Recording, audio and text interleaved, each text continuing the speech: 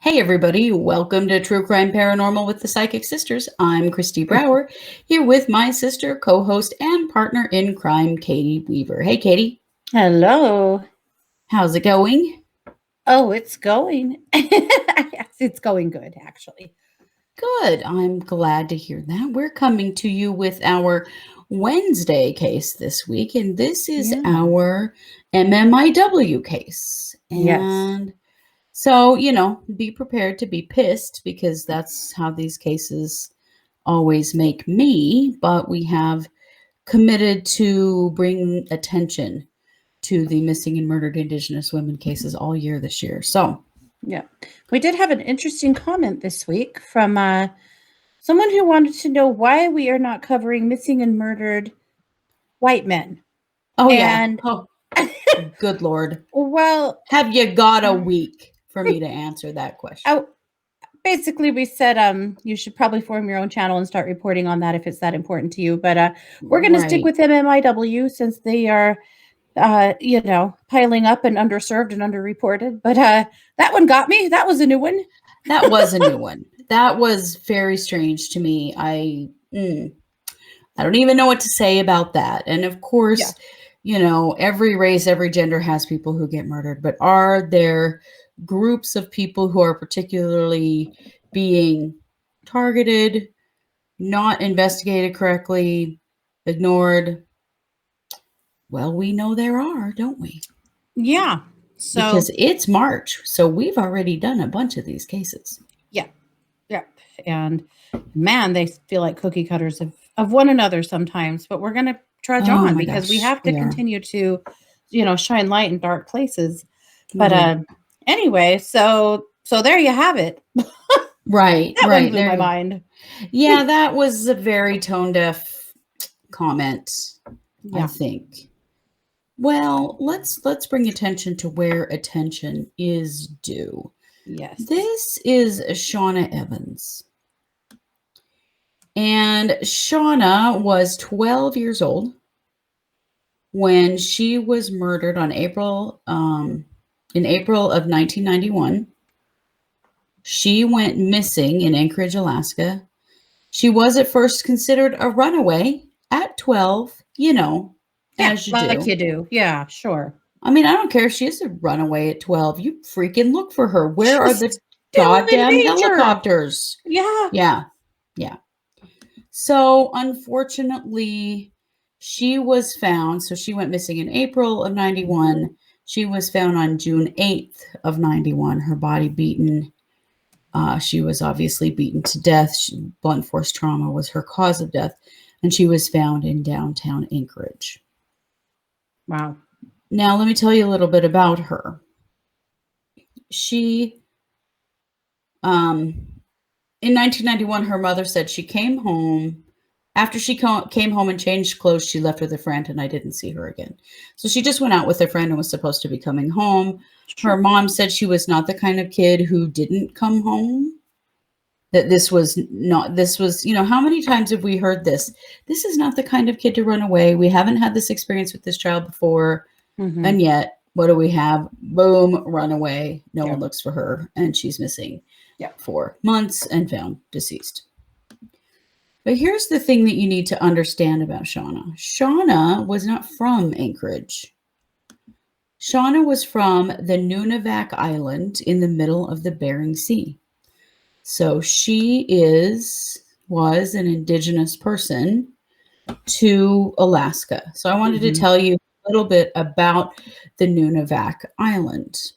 So it is a volcanic island off the shore from the delta of the Yukon and, oh, I knew I was going to have to say this and couldn't remember how to say it, Kuskokwim rivers in the Okay. state of Alaska. Okay. So it's basically the largest island in the Bering Sea, which, friends, does not mean it's large. It's a very No. small place. I'm going to post a picture here. This is what the cliffs of Nunivak Oh, Island wow. looks like into the Bering Sea. It's a beautiful, beautiful place.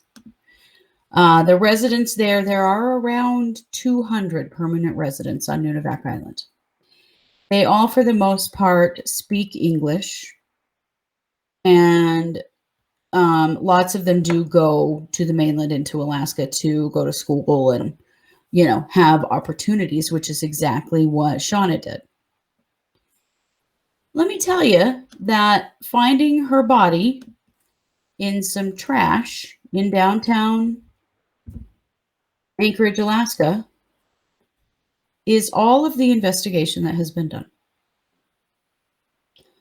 There have been reminders of her death. It's now been 30 years, but the police just consider it to be a dead end. There was for a while an officer on her case, but he basically just said, can't find anything. We're done. For real.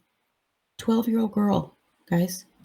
This just blows me the freak away. Yeah. Now, Alaska has a huge problem with missing and murdered Indigenous people. And local police departments have actually started doing some work on it. So I wanted to talk to you about Bristol Bay in Alaska. There's been a lot of work done there to work on this issue. And actually, there's a tribal judge, Ingrid Cumberledge, and she was appointed the state's first missing and murdered Indigenous persons coordinator. Okay. She is Aleut and Tlingit, and she's from Sandpoint. And so she's working to help bring awareness. There are also a bunch of local, like small law enforcement offices that have started cold case teams to try to solve some of these cases and to try to figure out what's going on in Alaska. So there's been some work done, and it was actually Alaska who got the, what's it called, Katie? The Savannah Gray Wind. Oh. Savannah's Law. The Savannah's Act, yeah. The Savannah's Act. It was a representative from Alaska that presented that and did some work right. there. There's actually been more work out of Alaska, I think, than any other state to try to work on this issue because actually, per capita, they're number one. Last that I saw, there are 300 missing and murdered Indigenous women in Alaska. And you consider for the population of Alaska, that's terrible. A lot. Yeah. Unbelievable. Yeah. So this poor little girl, Shawna Evans, at least for her mother's sake, they found her body. So they do know what happened to her. Kind of. Her kind of, yeah. I mean, her family has pretty much all now died off, including her parents. I'm sure. Yeah. Yeah. There was so very little evidence taken in this case that there really wasn't anything for DNA or other forensic stuff. Yeah. They just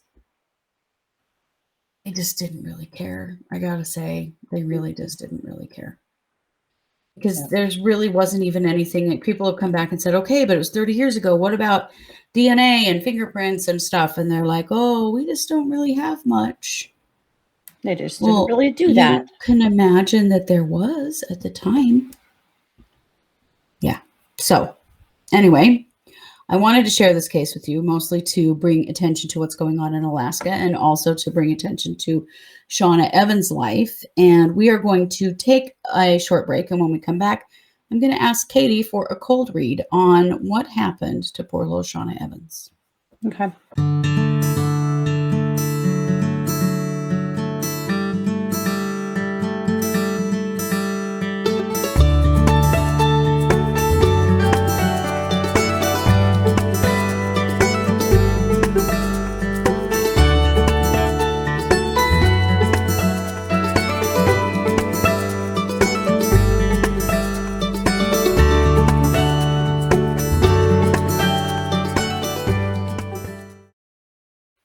And we are back. And this is our MMIW case of the week. And this is the murder of Shawna Evans. She was 12 years old when she was murdered in downtown Anchorage, Alaska. Shawna, however, is an Indigenous Alaskan, and she was originally from Nunivak Island, and her family came to Anchorage so that she could get an education. And unfortunately, she wandered off with a friend one afternoon and was never seen from again, never heard from again. This was in April of 1991, and by June 8th of 1991, her body was found, and she had been beaten to death. So, Katie, we're going to ask you to share your read on this. What do you think happened to Shawna? So I feel like at some point in the afternoon, she and the friend parted ways. I feel like the friend was headed home, and so was she. And she was alone for a little bit. And I feel like she was grabbed. What I see is that she was grabbed by two men and put into a car. It happened super quick. And she was taken by traffickers. These were human traffickers who thought she was older than she was. I feel like she was taken to, I see some kind of like a I want to say a basement house, like a house that's only downstairs, or maybe that's not it, but she was taken into a basement in some kind of a house. There were quite a few other women there that had also been kidnapped and taken there. Not all kidnapped from Anchorage, but from around the state. And they were all, they were holding them here to basically transport them all together. But she was a lot younger than they thought she was. And I feel like they, pardon me, I feel like she was alive for a little while. I don't feel like she died the day that she was snatched. I feel like she was held with these other women for a little while they were basically getting together, getting a head count of how many women they were trafficking. And so she was kept alive for a while. Ultimately, though, she was basically found. And I was curious about that because, traffickers do take children, But in this case, sure. She was not the age that they wanted. They thought she was quite a lot older than she was. And they couldn't just turn her loose because she, had seen them and had, was aware of what was happening there. And I feel like it was at that point that they had to make her go away. And so she was, I do think she was sexually assaulted multiple times while she was in their custody. And then, someone was told to get rid of her, and they did. I feel like there were women there who tried to protect her and tried to take care of her the best that they could. I'm not 100% clear as I look at it how long she was alive, but it was more than a couple of weeks. Okay. There was because she was missing from April to June before her body was found. Yeah, it was a while that she was kept alive and kept in this place. Yeah. But again, at the end of the day, I feel like when they went to transport, they didn't choose to take her. And so they killed her. And just, stuffed her in some garbage and sent her on her way. And I feel like the people who were responsible for that did traffic a fair amount of women out of Anchorage that day. But again, they killed her rather than take her because she was too little to go with them. And it's so enormously sad that they didn't just let her go, I mean, it's enormously sad that it happened at all. But, this was a true case of trafficking or attempted trafficking. And then for, whatever reasons, they decided not to take her with. I feel like they were working on gathering 20 women. And that's why they kept him for a while, locked in this basement. Because they were trying to come up with 20 for some reason. Yep, 20 was the number that they were transporting. Actually, I feel like these women were put in some kind of a transport ship and taken away, like out of the country. But gotcha. But anyway, that's who took her and who killed her. It's so sad. I will say that, again, there were women there who recognized how young she was, who really tried to protect her and help her and take care of her. Mhm. It was a terrifying experience, obviously, but she did have some people watching out for her, That's that tried to care about her, you know? at least that's something, huh? Yeah, because she was held for a while. Yeah. Yeah. Wow. Well, although all of her family has passed now, Yeah. many of her school friends remember her quite fondly Oh, but and they still, look at how adorable she hope was. for right? And still hope for some answer to her Mhm. death. Yeah, it was Yeah. very heartwarming to read one of the articles that I read. There were interviews with several of her school friends who just loved her dearly Yeah. and who were devastated by this and who are still devastated by this. They're still friends to this day with one another, and they still remember Shawna fondly. Ugh, can you imagine how scary and sad and what a horrible shakeup it would be at that Yeah. age to have something like this happen to a classmate? I cannot. I That's terrifying. Yeah, it Absolutely is. terrifying. Yeah. It Well, and, is. yet again, just like we've seen so many times with these cases, they didn't give a damn. They treated her as a runaway at 12 years Well, old. yep, didn't even try to find her, and I she was gotta tell alive. you yeah, yeah, could have been found, and I gotta tell you, if she had blonde hair and blue eyes, they would have had the helicopters out even 30 years ago. You betcha. It's such bullshit, like, You betcha. But "Oh, I'm tired of this." the traffickers, the people that were doing this stuff, they knew that. That's Mhm. not who they were grabbing. They were Right. grabbing these kids, Yep. Yeah, or they were well, and women. yeah, But yeah, I not okay.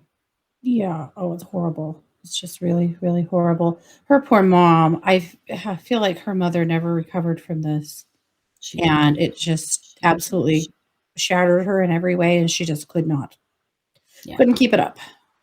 Yeah. She couldn't at all, and she said that if she "I never thought this would happen to my daughter," is one of the things that she said to the police. By the way, Shauna's nickname was Twinkie. Lots of people called her Twinkie. Oh. And she went to Clark Junior High School in Anchorage. And so lots of her friends called her that. Mhm. And one of her friends, Lena Austin, said if she would be here right now, you would probably see how wonderful she was. And she was Yeah. so devastated by her loss. She was a little doll. Yeah. Yeah, she really was. Yeah. I do feel like from her death, parents started holding on to their little girls a little tighter. Yeah. You know, that, Mhm. the danger that was being posed, especially in Anchorage, to these, young women, I think, this did put a spotlight on it, even, without, with very little, involvement of law enforcement to do anything about it. I still think that it Right. helped parents a little bit to recognize the dangers that were amongst them and keep other kids a little safer. If there was any blowback from this that was a positive thing, that would have been it. Yeah. Yeah, this is one of those cases that reminded parents that this But is something that could happen. yeah, it was a big wake-up call. Yeah, Yep. most definitely.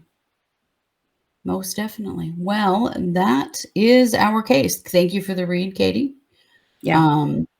Horrified by what happened to Shauna, Yeah. but I am grateful that cases like hers have, created some change and that there are some good things happening in the state of Alaska.